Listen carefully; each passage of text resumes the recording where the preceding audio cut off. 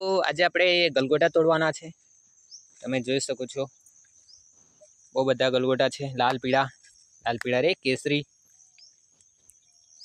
દિવાળીના 9 વર્ષના દિવસે આપણે વેચવા જશું આ ગલગોટા। તમે જોઈ શકો છો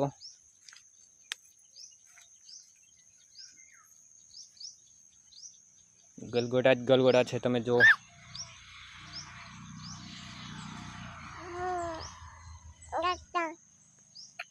પીળા ગલગોટા બતાવો તમને। આ છે પીળા ગલગોટા, જે નીકળે તે હવે